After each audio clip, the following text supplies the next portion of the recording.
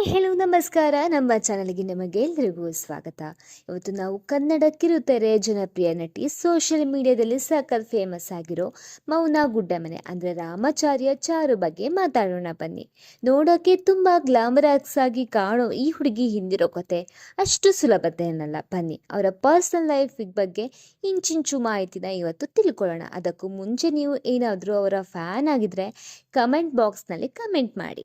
ಮೌನ ಅವರದ್ದು ನೇಟಿವ್ ಯಾವುದು ಅಂದ್ರೆ ಕೂರ್ಗಲ್ಲಿ ಜನಿಸ್ತಾರೆ. ಕೂರ್ಗಿನ ಸೋಮಾರ್ಪೇಟೆ ಕುಟುಂಬ ಇವರದ್ದು. ಜೂನ್ 6, 2003 ಜನಿಸಿರೋ ಇವರು ಬಾಲ್ಯದಿಂದಲೂ ತುಂಬಾ ಸೆನ್ಸಿಟಿವ್.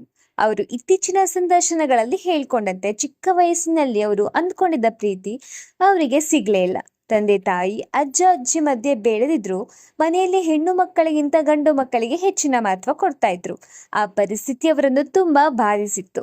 ಇದು ಅವರಿಂದ ಬಾಲ್ಯದಿಂದಲೇ ಒಂದು ರೀತಿಯ ಸ್ವಾತಂತ್ರ್ಯವಾಗಿ ಬದುಕಬೇಕು ಅನ್ನೋ ಹೆಂಬಲವನ್ನ ಹುಟ್ಟುಹಾಕ್ತಂತೆ.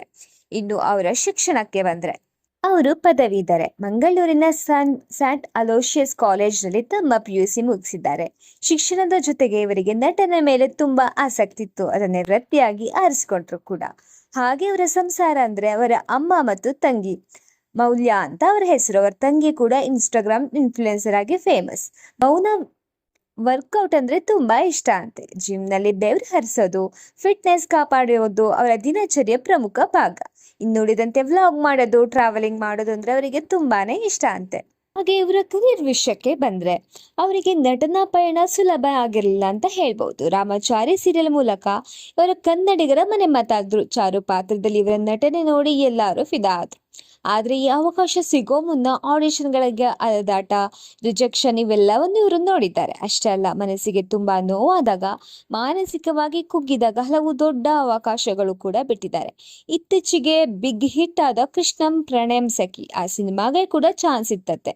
ಬಟ್ ಅವರು ಆ ಟೈಮಲ್ಲಿ ಮಾನಸಿಕವಾಗಿ ಕುಗ್ಗಿರೋದ್ರಿಂದ ಆ ಅವಕಾಶನ ನನಗೆ ಮಾಡಕ್ ಆಗಲ್ಲ ಅಂತ ಕೈ ಚೆಲ್ಲಿದ್ರಂತೆ. ಅದರಿಂದ ತುಂಬಾನೇ ಬೇಜಾರು ಕೂಡ ಆಗಿದ್ರು. ಆದ್ರೆ ರಾಮಾಚಾರಿ ಅವರಿಗೆ ಅವರ ಲೈಫ್ ಇನ್ ಟರ್ನ್ ಅಂತ ಹೇಳ್ಬೋದು. ಮನೆ ಮನೆ ಮಾತಾದ್ರು, ಮನೆ ಮಗಳು ಆದ್ರು. ಈ ರಾಮಾಚಾರಿ ಸೀರಿಯಲ್ ಇವಾಗ ಮುಗ್ದಿದೆ. ರಾಮಾಚಾರಿ ಟೈಮಲ್ಲೇ ಅವರು ಒಂದು ಮೂವಿ ಕೂಡ ಮಾಡಿದ್ರು, ಕುಲದಲ್ಲಿ ಕೀಳ್ಯಾವುದು. ಮೂವಿನೂ ತುಂಬಾನೇ ಚೆನ್ನಾಗಿದೆ. ಅಂಡ್ ಅದರಲ್ಲಿ ಅವರು ರಾಮಾಚಾರಿಯಲ್ಲಿ ಎಷ್ಟು ಗ್ಲಾಮರ್ ಆಗಿ ಕಾಣ್ತಾ ಇದ್ರು, ಆ ಮೂವಿಯಲ್ಲಿ ಡಿ ಗ್ಲಾಮರ್ ಆಗಿ ಅದಕ್ಕೂ ನಾನು ಸೈ ಅಂತ ತೋರಿಸಿದ್ದಾರೆ. ಇನ್ನು ಇವರು ಸದ್ಯಕ್ಕೆ ಜಿ ಕನ್ನಡದ ಕೃಷ್ಣ ರುಕ್ಕು ಧಾರಾವಾಹಿಯಲ್ಲಿ ಹೀರೋಯಿನ್ ಆಗಿ ಕಾಣಿಸ್ಕೊಳ್ತಾ ಇದ್ದಾರೆ. ಜಿ ಕನ್ನಡದಲ್ಲಿ ಈಗಾಗಲೇ ಪ್ರೋಮೋಗಳು ಬಂದಿದೆ. ಜನರಿಂದ ಒಳ್ಳೆ ಈ ಸೀರಿಯಲ್ ಬಗ್ಗೆ ಅಭಿಪ್ರಾಯ ಇದೆ. ಹಾಗೆ ಹೈಪ್ ಕೂಡ ತಗೊಂಡಿದೆ. ಇವರು ಒಳ್ಳೊಳ್ಳೆ ಬಟ್ಟೆ ಹಾಕ್ತಾರೆ, ಫ್ಯಾಷನೇಬಲ್ ಆಗಿದ್ದಾರೆ. ರಾಮಾಚಾರಿ ಸೀರಿಯಲ್ ನೀವೇ ನೋಡಿರ್ತೀರಾ, ಇಷ್ಟೊಂದು ಸ್ಕ್ರೀನ್ ಮೇಲೆ ಒಳ್ಳೊಳ್ಳೆ ಚೆನ್ನಾಗಿ ಬಟ್ಟೆಗಳನ್ನ ಹಾಕ್ತಾರೆ ಅಂತ. ಅವ್ರಿಗೆ ಹೇಳ್ಕೊಂಡಿರೋ ಪ್ರಕಾರ, ನನ್ನನ್ನ ನೋಡಿದ್ರೆ ಜನ ಇವ್ರ ಹತ್ರ ತುಂಬಾ ದುಡ್ಡಿದೆ, ತುಂಬಾ ರಿಚ್ ಫ್ಯಾಮಿಲಿ ಅಂತ ಅನ್ಕೋತಾರೆ. ಬಟ್ ನಮ್ದು ನಾರ್ಮಲ್ ಮಿಡ್ಲ್ ಕ್ಲಾಸ್ ಫ್ಯಾಮಿಲಿ ಅಷ್ಟೇನೆ ಅಂತ ಹೇಳ್ಕೊಂಡಿದ್ದಾರೆ. ಇನ್ನು ಆಸ್ತಿ ವಿಷಯಕ್ಕೆ ಬಂದ್ರೆ, ಸೋಷಿಯಲ್ ಮೀಡಿಯಾದಲ್ಲಿ ಲಕ್ಷಾಂತರ ಫಾಲೋವರ್ಸ್ ಇರೋದ್ರಿಂದ ಬ್ರ್ಯಾಂಡ್ ಸ್ಪಾನ್ಸರ್ಶಿಪ್ ಮೂಲಕ ಇವರಿಗೆ ಒಳ್ಳೆ ಆದಾಯ ಬರುತ್ತೆ. ಇವರು ತಮ್ಮ 21ನೇ ಹುಟ್ಟುಹಬ್ಬದಂದು ದುಬಾರಿ ಕಾರನ್ನ ಗಿಫ್ಟ್ ಆಗಿ ಅವರೇ ತಗೊಂಡ್ಬಿಟ್ಟಿದ್ದಾರೆ. ಇದು ಅವರ ಸ್ವಾವಲಂಬನೆಗೆ ಒಂದು ಉದಾಹರಣೆ ಅಂತ ಹೇಳ್ಬೋದು. ಹಣ ಗಳಿಸೋದು ಒಂದೆಡೆ ಆದ್ರೆ ಅದನ್ನ ಸರಿಯಾಗಿ ಇನ್ವೆಸ್ಟ್ ಮಾಡೋದನ್ನು ಕೂಡ ಕಲ್ತಿದಾರಂತೆ. ಮೌನಾಗೆ ಫ್ಯಾನ್ಸ್ ಅಂದ್ರೆ ತುಂಬಾ ಇಷ್ಟ. ಅವರ ಸೋಷಿಯಲ್ ಮೀಡಿಯಾ ಪೇಜ್ ನೋಡಿದ್ರೆ ಗೊತ್ತಾಗುತ್ತೆ ಅವರ ಕ್ರೇಜ್ ಏನು ಎಂದು ಗೊತ್ತಾಗುತ್ತೆ. ಇನ್ನು ಪ್ರೀತಿ ವಿಚಾರಕ್ಕೆ ಬಂದ್ರೆ, ಸದ್ಯಕ್ಕೆ ಅವರ ಫ್ಯಾಮಿಲಿ ಮತ್ತೆ ಕೆಲಸಕ್ಕೆ ಮಾತ್ರ ಹೆಚ್ಚಿನ ಆದ್ಯತೆ ಕೊಟ್ಟಿದ್ದಾರಂತೆ.